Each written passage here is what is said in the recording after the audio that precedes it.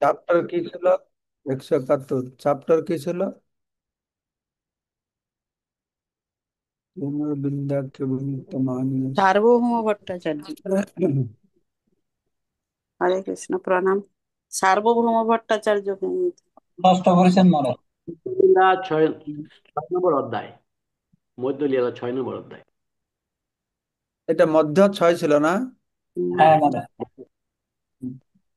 আমি ওইখানে কালকে ছিল না, আদি লীলার কত শ্লোকের এই গুলো বর্ণনা করা হয়েছে, আমি সেটা কাল খুলে দেখছিলাম, তো আমি হলো ওর সঙ্গে মিশে গেছে নাকি। ঠিক আছে, ঠিক আছে। জীবের নিস্তার লাগি সূত্র কইল ব্যাস, মায়াবাদী ভাষা শুনিলে হয় সর্বনাশ। পরিণামবাদ ব্যাস সূত্রের সম্মত, অচিন্ত্য শক্তিশ্বর জগৎ রূপে পরিণত। এর তাৎপর্যই প্রভুপাদ লিখেছিলেন আদি লীলার সপ্তম পরিচ্ছেদে 121 থেকে 133 শ্লোক পরিণামবাদ। এ সম্পর্কে আপনারা যারা ভালো বেশি জানতে চান, তাহলে এই শ্লোকটা পড়বেন, তাহলে আরো ভালো বুঝতে পারবেন। মানে দেখছে অবিকৃত সব হেম ভার, জগৎ রূপ হয় ঈশ্বর তবু অবিকার। চিন্তামণি আছে, ওই চিন্তামণি স্পর্শ করলে সে লোহা,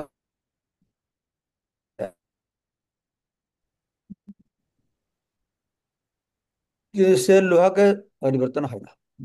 ঠিক সেরকম ভগবানের পরিবর্তন হবে না। তো ভগবান তার অচিন্ত্য শক্তির প্রভাবে এই জড় জগৎকে সৃষ্টি করবে, তথাপি তার নিত্য চিন্ময়ের উপরে কোনো বিকার হবে না। এবং পূর্ণমদ পূর্ণমিদম বলা আছে। হ্যাঁ, সে পূর্ণই থাকবে, সবসময় পূর্ণই থাকবে। প্রভুপাদ বলছেন কে একজন ছিল, সে বলল যে আমি তোমাকে শক্তি দিয়ে দিলাম, শুভ আমি শক্তিহীন হয়ে গেলাম, কান্না করলো। কে একজন এরকম ছিল যে আমার শক্তি সব তুমি নিয়ে গেল। প্রভুপাদ বলছেন যে এরকম হয় না। শক্তিমান ব্যক্তি কাউকে শক্তি দিয়ে দিলে সে শক্তিহীন হবে না। হুম। জ্ঞান দিলে কি জ্ঞানহীন হবে না? তার জ্ঞান আর বাড়বে। সেই রকম ভগবান, আহ, তিনি সবকিছু করেন, তবুও তিনি এক থাকেন, তারা কোনো পরিবর্তন হয় না। তো ছিল ভক্তিনাথ ঠাকুর অনুভাসে জড়জগৎ যে পরমেশ্বর ভগবানের শক্তির পরিণাম, সেই সত্য প্রতিপন্ন করাই বেদান্ত সূত্রের জন্মাদেশ শ্লোকের উদ্দেশ্য। তো জড়জগতের আছে ভগবানের শক্তির পরিণাম, ভগবানের বিবর্তন নয়। হুম, তাহলে তার শক্তির পরিণাম কথা বর্ণনা করা হচ্ছে। তো ভগবান এ নিয়ে ঠিক আছে। পরমেশ্বর ভগবান অসংখ্য অনন্ত নিত্য শক্তির অধীশ্বর। এই সমস্ত শক্তি কখনো ব্যক্ত আর কখন অব্যক্ত।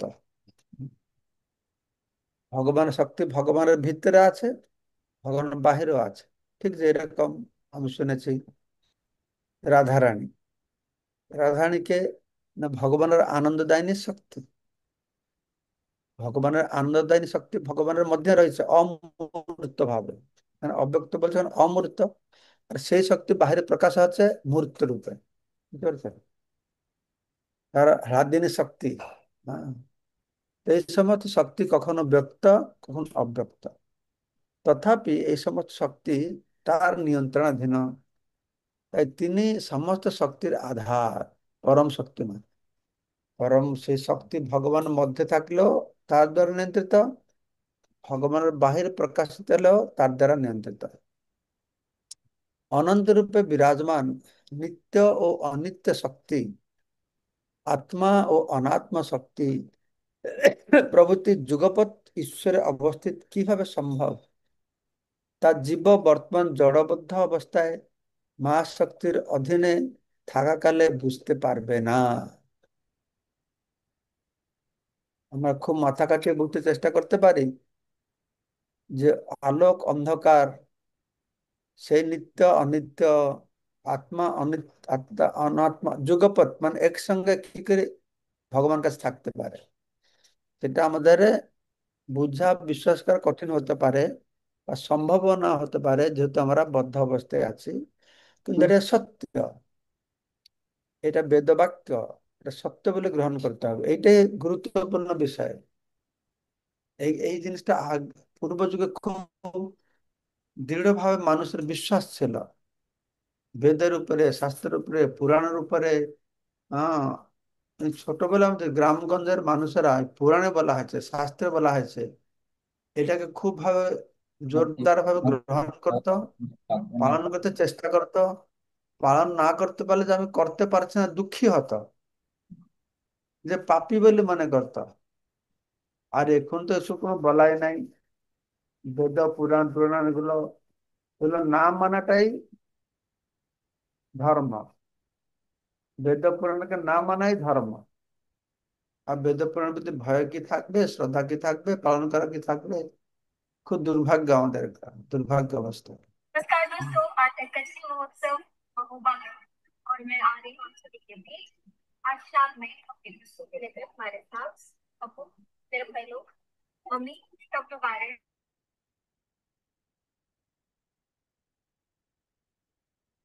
মুকুন্দ, মুকুন্দ থেকে আওয়াজ আসছে, ভক্তের সঙ্গে কোহস্ট হয়েছে, ওই আওয়াজ করছে। হুম। কোন নাস্তিক দার্শনিক অথবা মায়াবাদীরা ভগবানের অচিন্ত শক্তি হৃদয়ঙ্গম করতে অক্ষম হয় নির্বিশেষ শূন্যের কল্পনা করে? হ্যাঁ। ব্যাপার আছে কি, এই কথাটা বুঝতে হবে যে যে ভালো মন্দ সবই ভগবান কাছ থেকে আসছে। এমনকি হানু মহারাজ বলছিলেন যে বৈদিক সাহিত্য যেটা মানুষকে জ্ঞান দিয়ে জড়জগৎ থেকে উদ্ধার করবার জন্য উদ্দিষ্ট, সে বৈদিক গ্রন্থর আর একটা লক্ষ্য হচ্ছে মানুষকে বিভ্রান্ত করবে, পরে জড়জগতে রাখবে। বুঝতে পারছেন?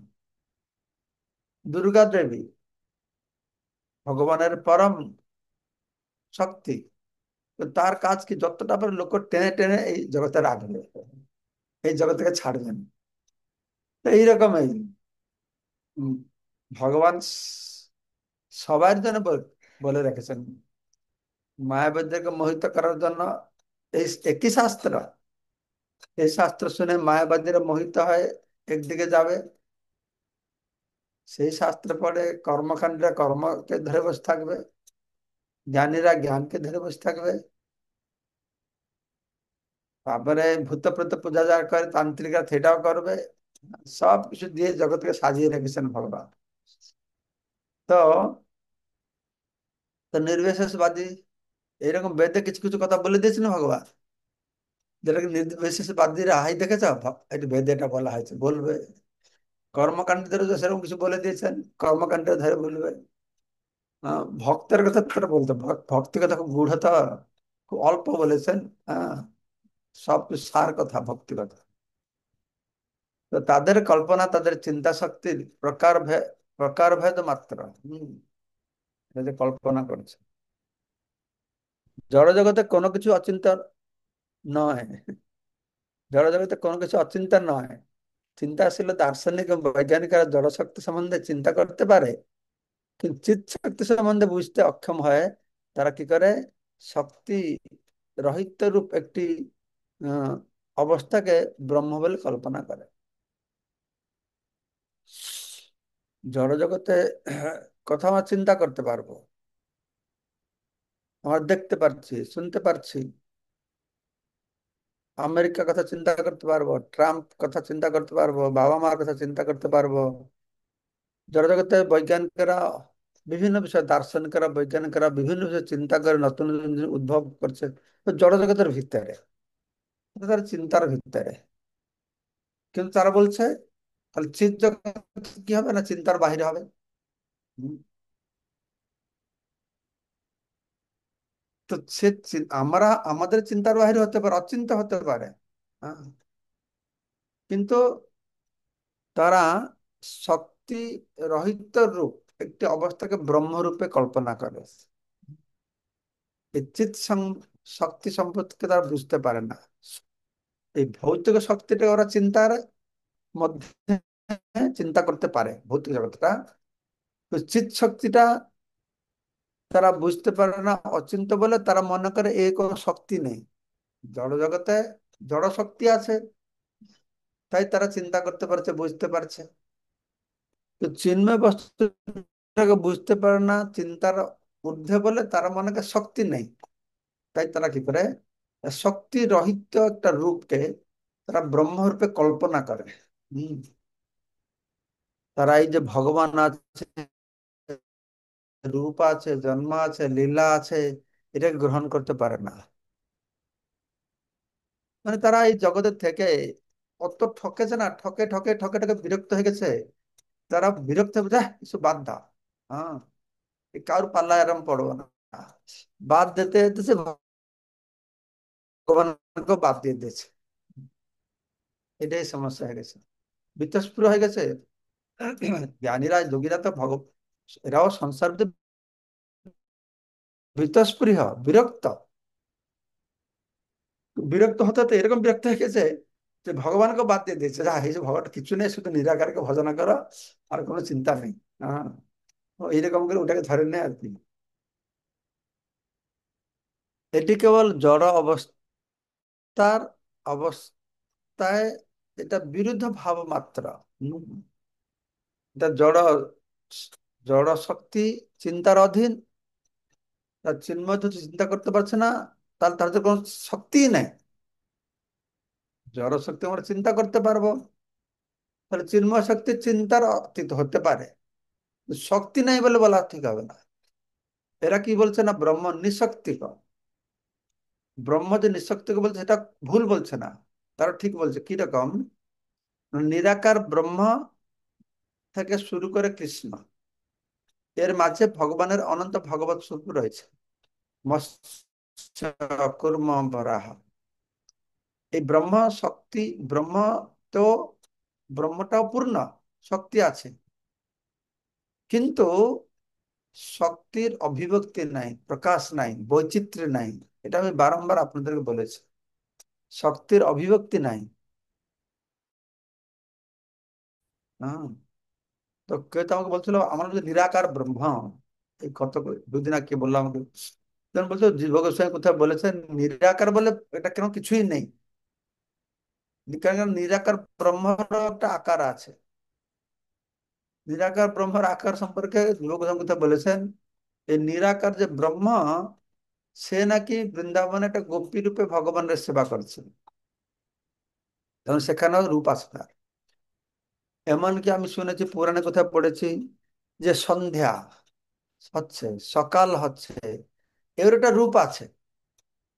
এরা গোপী রূপে ভগবানের সেবা করছে, কোনো কারণে তারা এই রূপ ধারণ করে। সন্ধ্যা যেরকম, ক্রোধ, কাম, এদের একটা রূপ আছে। হ্যাঁ, বুঝতে পারছেন, অধর্মের একটা রূপ আছে। কলি যুগ, কলির একটা রূপ আছে। হ্যাঁ, এরা সবাই রূপ আছে। বেদ, বেদান্ত, উপনিষদ, এদের একটা রূপ আছে। হ্যাঁ, সুদর্শন চক্র একটা রূপ আছে। গঙ্গা নদী, কিন্তু গঙ্গা দেবী রয়েছে, গঙ্গা নদী কিন্তু গঙ্গা দেবী রয়েছেন, এটা সবাই তো আমরা মানি। তুলসী গাছ, তুলসী দেবী আছে। সবাই গোড়ায় রূপ আছে। হ্যাঁ, কিন্তু এই নিরাকারবাদীরা, তারা এরকম একটা ব্রহ্মকে কল্পনা করে যে তাদের চিন্তার বাহিরে। তারা যেটা দেখতে পারে না, এই যে বলেছে, যাহা না দেখবো বেনি নয়নে, পরতে না যাবো গুরু বচনে। যাকে চোখে দেখবে না তাকে বিশ্বাস করবে না। কিন্তু আমাদের প্রভুপাদ এটা খণ্ডন করেছে, না চোখে দেখলে তো বিশ্বাস করবে না তা নয়, তার চোখটা ত্রুটিযুক্ত। চোখে যা দেখছে এটা যে ঠিক তাও নয়, অনেক ভুল দেখছি। তো চোখে দেখে বিশ্বাস করবে না। মূঢ়া নানু পশ্যন্তি পশ্যন্তি জ্ঞান চক্ষুষা, মূর্খ সে দেখতে পারবে না। পশ্যন্তি জ্ঞান চক্ষুষা, কিছু কিছু পরম সত্যকে জ্ঞান চক্ষু দ্বারা আমাদেরকে বুঝতে হবে। তো নেগেটিভ নেগেটিভ, নাস্তি নাস্তি নাস্তিবাচক ভাবে, হ্যাঁ, বিরুদ্ধ ভাব, এই বিরুদ্ধ অবস্থা দেখলে হবে না। ভগবান শক্তিটা অচিন্ত্য, তাই তার শক্তি নাই। আমি সবসময় দৃষ্টান্তটা দেই, যেরকম আমরা এখন অণুবীক্ষণ যন্ত্র দিয়ে ব্যাকটেরিয়াকে দেখতে পারছি। আজকে থেকে 70, 80, 100 বছর পূর্বে যখন অণুবীক্ষণ যন্ত্র ছিল না, তখন তো আমরা দেখতে পারছি না। তখন কি ব্যাকটেরিয়া ছিল না? আমরা, হ্যাঁ, আমরা দেখতে না পারলে মানে ব্যাকটেরিয়া নেই? ব্যাকটেরিয়া আছে, কিন্তু আমরা হয়তো দেখতে পারছি না। অণুবীক্ষণ যন্ত্র এসে গেল, এখন সব দেখতে পারছে। সেই জন্য আমরা দেখতে পারছি না বলে সে বস্তু নেই, ঠিক নয়। আমি চিন্তা করতে পারছি না বলে সেটা নেই, ঠিক নয়। আমি বুঝতে পারছি না বলে সেটা নেই, এটা আমার কাছে ঠিক নেই। বুঝতে পারছি? অর্থাৎ আমাদের অনেক কিছু সত্য বলে গ্রহণ করতে হবে, হ্যাঁ, শাস্ত্র ভিত্তিতে। এই ধরনের ভ্রান্ত কল্পনার বশবর্তী হয়ে মায়াবাদীরা সিদ্ধান্ত করে যে জড়জগৎ ঈশ্বরের বিকার। আমি যেটা বুঝেছি যে পরিণামবাদ, পরিণামবাদে বলা হচ্ছে শক্তির পরিণাম, শক্তির বিকাশ। তো মায়াবাদীরা বলছে ঈশ্বরের বিকার, এই জড় জগৎটা। ঈশ্বর জড় জগতের রূপে প্রতিভাত হচ্ছে, ঈশ্বর জীবরূপে প্রতিভাত হচ্ছে। তাই জড় জগত, জীব, ঈশ্বর এসব এক, অদ্বৈতবাদ। ঈশ্বর তার শক্তি যে দুটো, ঈশ্বর এক, সে শক্তি রয়েছে, ওই কথাটা ওরা বুঝতে চাইছে না। দেখ, ব্যাসদেব বোঝাতে চাইছেন ঈশ্বর তো এক, কিন্তু তার শক্তি আছে। এরা বলছে না, শক্তি বলে এটা আলাদা কিছু নেই। বিশুদ্ধ ব্যাসদেব বলছেন শক্তির পরিণাম হচ্ছে, শক্তির বিকার হচ্ছে।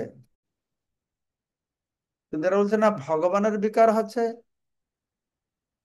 আর ভগবান তো আলাদা হতে পারে না, এগুলো মায়া, এই বিকারটাই মায়া।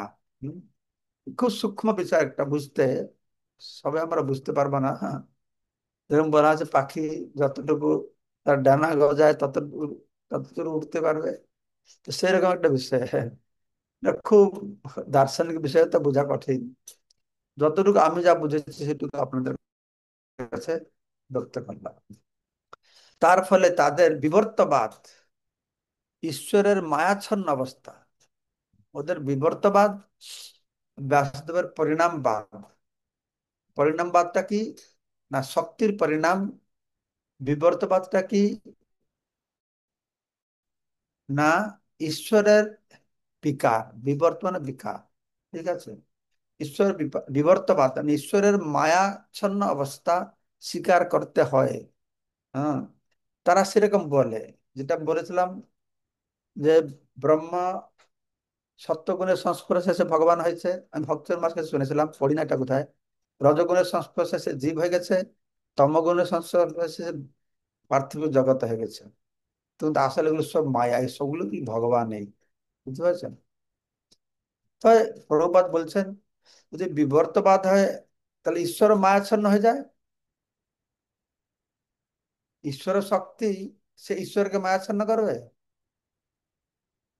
মায়া হচ্ছে ঈশ্বরের শক্তি, জীবকে মায়াচ্ছন্ন করবে, তো ঈশ্বরকে মায়াচ্ছন্ন করবে কি করে? তো এইভাবে তার ফলে তাদের বিবর্তবাদ স্বীকার করতে হয়। হম, কিন্তু আমাদের মতে ঈশ্বরের শক্তি অচিন্ত, শক্তি নেই তা নয়। এরা যেরকম বলছে আমরা জড়জগৎ শক্তিকে বুঝতে পারছি বলে শক্তি আছে, ঈশ্বরের শক্তিকে বুঝতে পারেন বলে শক্তি নেই তা নয়। শক্তি আছে, কিন্তু অচিন্ত্য শক্তি। তাই আমরা বুঝতে পারি তিনি কিভাবে জড়জগতে আবির্ভূত হয়। যারা প্রকৃতির 3টি গুণের দ্বারা প্রভাবিত হন না বা কলুষিত হন না, সে কথা ভগবত গীতায় কতবার ভগবান বললেন যে আমি এসব কর্ম করি কিন্তু কর্মবন্ধন আমাকে ধরে না, আমি গুণকে নিয়ন্ত্রণ করি, গুণ আমাকে প্রভাবিত করে না, কত কত শ্লোকে ভগবান বলছেন। কিন্তু মূঢ়ামাং না অভিজানাতি, যে মূর্খ সে ভগবানকে জানতে পারে না।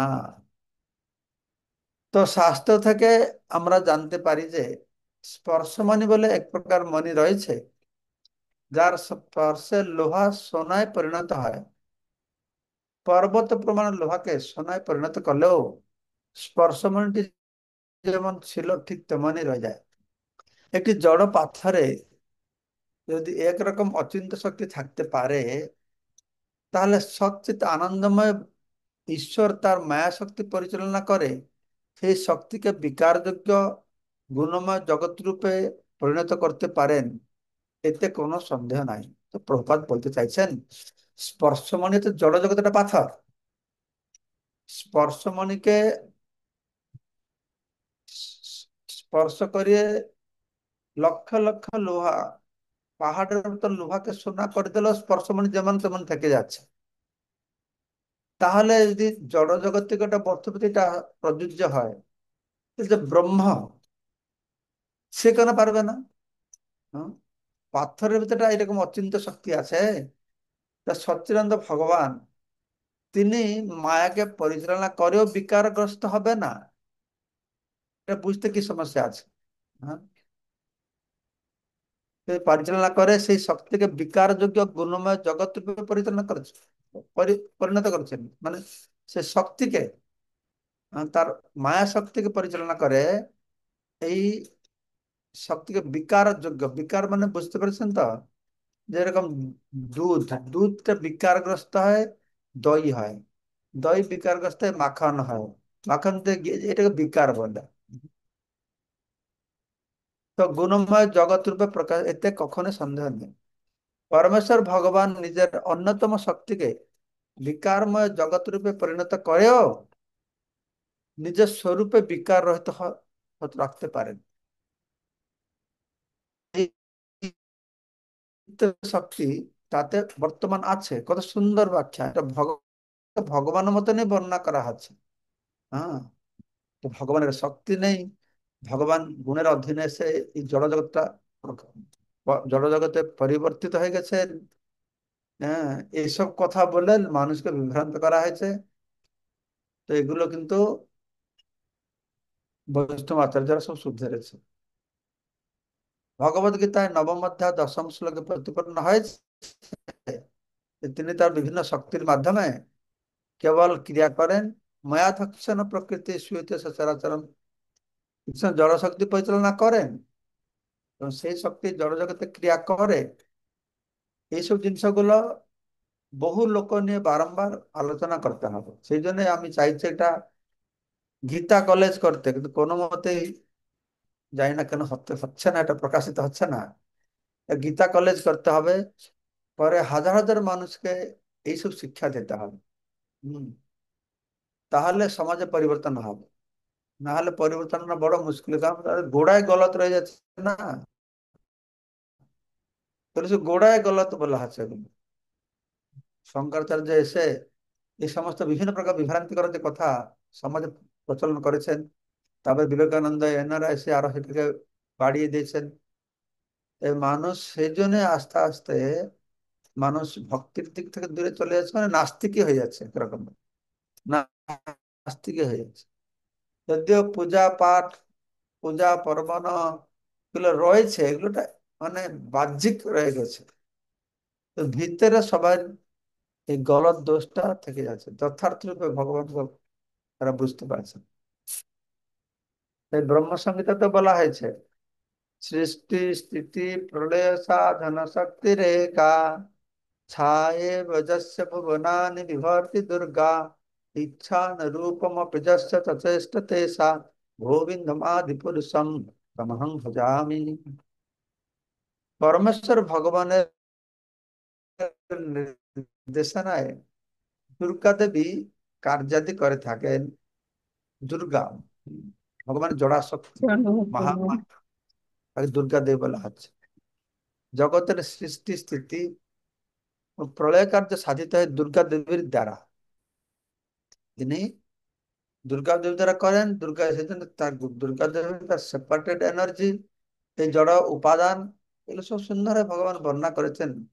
হ্যাঁ, শ্রীকৃষ্ণ পরিচালনা করেন আড়ালে থেকে, দৃষ্টির মাধ্যমে। হ্যাঁ, আমাদের এই জগতে কোন সন্তান উৎপন্ন করলে স্ত্রী পুরুষের মিলন হয়, কিন্তু ভগবানের মিলন হয় না। তিনি দৃষ্টির মাধ্যমে গর্ভসন্ধান করেন।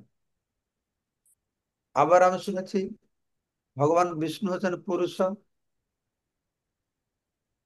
আর প্রকৃতি হচ্ছে স্ত্রী। আর এই পুরুষ কোনদিন প্রকৃতিকে স্পর্শ করবে না, তাহলে সৃষ্টি হবে কি করে? না, যা সম্ভূতাম, তিনি সম্ভূত প্রাপ্ত হয়েছেন।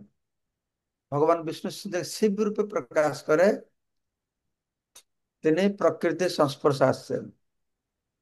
জগন্নাথ প্রভু বলছিলেন, কোথাকে তিনি শুনেছেন যে শিবলিঙ্গ হচ্ছে সেটাই, ভগবান যে দৃষ্টি সেটা হচ্ছে শিবলিঙ্গ। এই দৃষ্টির মাধ্যমে মানে ভগবান আর প্রকৃতি, তার মাঝে কে থাকলো? এই শিব। হম। তো ভগবান সমুদ্র প্রাপ্ত হয়, সে কাজ করছে। যেহেতু তিনি অদ্ভুত ভাবে ক্রিয়াশীল ও বিবিধ শক্তি সমন্বিত জড়জগৎ সৃষ্টিকারী, তার শক্তিকে পরিচালনা করছেন, তবু তার কোনো পরিবর্তন হয় না। তার কোনো পরিবর্তন হয় না। হরে কৃষ্ণ, হরে কৃষ্ণ, কৃষ্ণ हरे কৃষ্ণ, कृष्णा হরে हरे, हरे कृष्णा हरे कृष्ण राम, कृष्ण हरे राम, हरे हरे हरे राम। राम हरे राम राम राम हरे हरे। হরে কৃষ্ণ হরে কৃষ্ণ। আছে, বুঝতে পারছে না এটাকে। কেউ কেউ আছে তো অল্প অল্প বুঝতে পারছেন। আমি আমি অল্প অল্প বুঝছি। আমি যে পুরো বুঝে গেছি তা নয়, কিন্তু আমি আশা করি যারা এইসব ব্যাপারে বেশি ভালো বুঝতে চান, তারা এই যে প্রভুপাদ বলেছেন অন্য কোথায় পরিণাম বাচ্চা বর্ণনা করেছে, আর একটু অধ্যয়ন করতে হবে, বারবার শুনতে হবে, বুঝতে হবে, তাহলে তো বুঝতে পারবেন। আমারও সুস্পষ্ট তার ধারণা নেই। এই প্রভুপাদের বই পড়ে পড়ে আমি একটু একটু বেশি বুঝছি। হম। তো এইভাবে আস্তে আস্তে আমার বুঝতে পারবেন। কিন্তু আমার পয়েন্ট হচ্ছে অত গভীর জিনিস সাধারণ মানুষের দরকারও হয় না। ওরা ভগবানের নাম করলে, ভক্তি করলে হয়। কিন্তু কিন্তু সমাজটা বর্তমান এই যে বিপথে চালিত হয়েছে, তো গোড়ায় তো এই জিনিসটা রয়েছে। সাধারণ মানুষ বুঝছে না এই সমস্যাটাকে, আমরা পরে বুঝছি। কিন্তু সাধারণ মানুষের এই চিন্তাধারাটা, তার গোড়া কারণটা হচ্ছে এই হম, এই বিভ্রান্তিটা গোড়ায় রয়ে গেছে, তার মধ্যে এই সমস্ত সমস্যা। এই মঙ্গলময় প্রভু বলুন। হরে কৃষ্ণ মহারাজ, ধন্যবাদ, প্রণাম মহারাজ। এই বিষয়ে আপনি বলেছিলেন, আমার মনে পড়ছে যে কৃষ্ণ সূর্য সম, মায়া হয় অন্ধকার, তথা কৃষ্ণ তথা নাহি মায়ার অধিকার। তো এই চিৎ জগতে সদাশিব রয়েছেন, তিনি সম্ভুক্ত প্রাপ্ত হয়ে বা বিকারগ্রস্ত হয়ে শিব হয়েছেন। তিনি মায়ার দিকে ঈক্ষণ করছেন, তখন জড়া প্রকৃতি ক্ষোভিত হচ্ছে এবং মহাতত্ত্বের উদয় হচ্ছে। আর তারপর এই যারা প্রকৃতির সৃষ্টি হচ্ছে, এরকম বলেছিলেন মনে পড়ছে মহারাজ। আপনার কথা শোনা গেল হরে না, কৃষ্ণ, কেটে প্রণাম। যাচ্ছে, তবু ঠিক আছে যা বলছেন, যদি পরে শুনেছেন তাহলে ঠিক আছে। কথা কেটে আর আছে। একবার বলবো মহারাজ, আর একবার বলবো মহারাজ। না, ঠিক আছে ঠিক আছে, আমরা বুঝতে পেরেছি, ঠিক আছে। শুনেছেন, ঠিক আছে। হ্যাঁ, এরকম বলেছিলেন মহারাজ, প্রণাম। ঠিক আছে। বিদ্যুৎ প্রভু বলুন।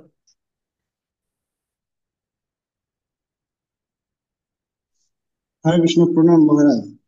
মহারাজ, আহ, বলা হয় যে ভগবানের শক্তি হচ্ছে অচিন্তনীয়। আবার এখানে এক জায়গায় বলছে জড় জগতে কোনো কিছু অচিন্ত নয়। তাহলে তো আমাদের পক্ষে আসলে এটা একটু কন্ট্রাডিক্টরি মনে হচ্ছে। এমনিতেই কঠিন কিছু তো প্রত্যেকটা কন্ট্রাডিক্টরি হচ্ছে না এখানে। অর্থে। এটা কন্ট্রাডিক্টরি আপনি মনে করছেন কন্ট্রাডিক্টরি। কথাটা বলা আছে জড় জগতে সবকিছু চিন্তনীয়, জড় জগতের কথা চিন্তা করতে পারি আমরা, কিন্তু চিন্ময় জগতে চিন্তা করতে পারি না। জড় শক্তিটা চিন্তনীয়, বুঝতে পারছেন? এই আচ্ছা। জড় জগতে যা কিছু আমাদের চিন্তার বাইরে না, আমরা চিন্তা করতে পারি, কিন্তু চিন্ময় জগতে অচিন্ত্য। কিন্তু এরা কি মনে করছে যে চিন্ময় যেহেতু অচিন্ত, সেখানে কোনো শক্তি নেই। হ্যাঁ জড় শক্তিটাকে আমরা চিন্তা করতে পারছি, সেটা সেটা কিন্তু জড় বস্তুটা চিন্তনীয় চিন্তার ভিতরে, কিন্তু চিন্ময় বস্তু অচিন্ত। ঠিক ও আছে। আচ্ছা মহারাজ, ঠিক আছে। হরে কৃষ্ণ। वंशा कल्पतरुभ्यश्च कृपा सिंधु বাঞ্ছা पतितानं কৃপা पावनेभ्यो पतितानां पावनेभ्यो वैष्णवेभ्यो वैष्णवेभ्यो नमः। प्रणाम। स्वामी जी, धन्यवाद।